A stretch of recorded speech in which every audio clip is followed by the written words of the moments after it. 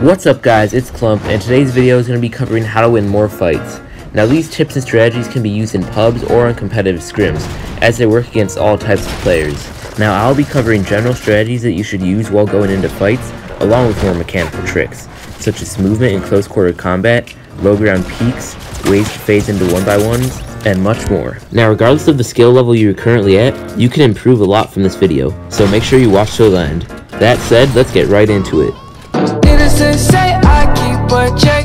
She was a bad, nevertheless. Calling it quits now, baby, I'm a wreck. Now considering most fights happen in close range, we'll be starting there.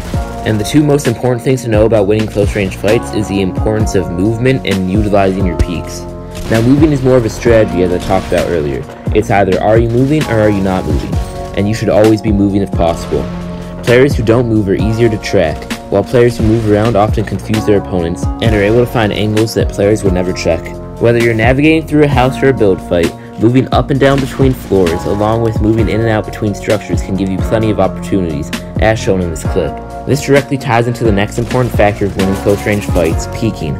You need to be using as many different peeking angles as possible, especially those taking advantage of your right hand camera angle.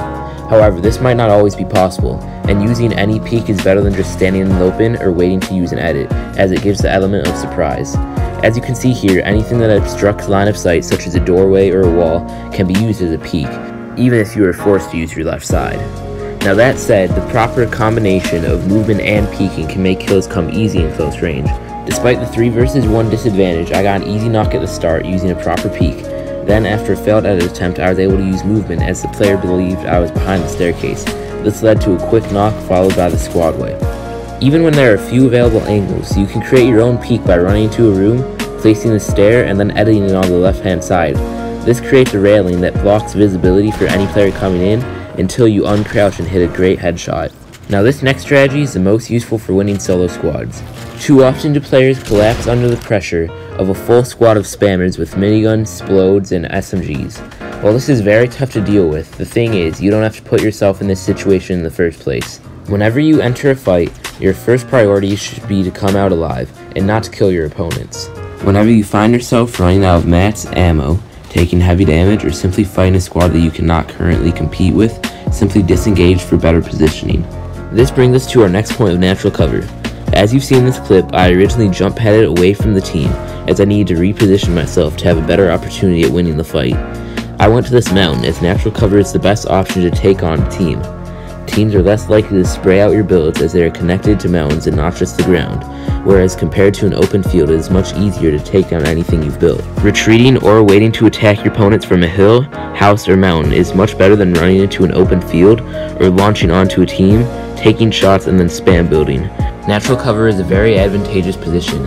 You should always begin fights here or retreat here when disengaging. Next we have methods to outplay turtlers, which are players who build themselves into boxes and just hold down turtle build, which usually you cannot beat unless you wall replace or find a way to phase into their building, and here are some ways how. This first method is most efficient for phasing into walls and buildings. What you do is edit 3 pieces on the floor, and then simply continue pickaxing while running into the piece where the floor meets the wall. This will simply phase you through the build where you can hit an easy pump. Next we have 2 methods to enter through the top. Simply place 2 walls and run into the corner where the walls meet, and then pickaxe down. This will send you right into the box where you begin the fight. By throwing any splode or RPG into the corner, it becomes much more destructive, destroying all walls and preventing trap plays. Lastly, another successful trick is to hit a wall and then go for the pyramid take, but then hit the wall again using the blue cone.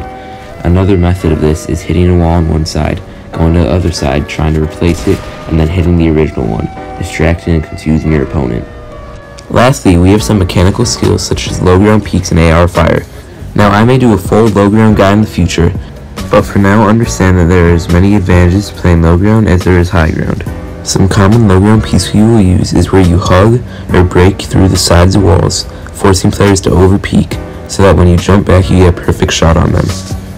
Another use is the pyramid, where you can jump back to shoot over peeking players, or do a side jump while taking a shot mid-air.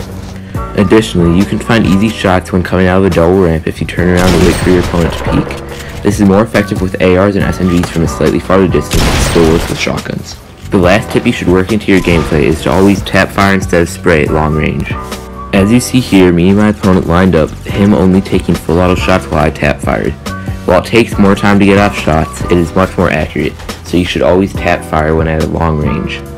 Now those are all the tricks and strategies for today's video. If you work these into your game, you'll find yourself winning much more fights.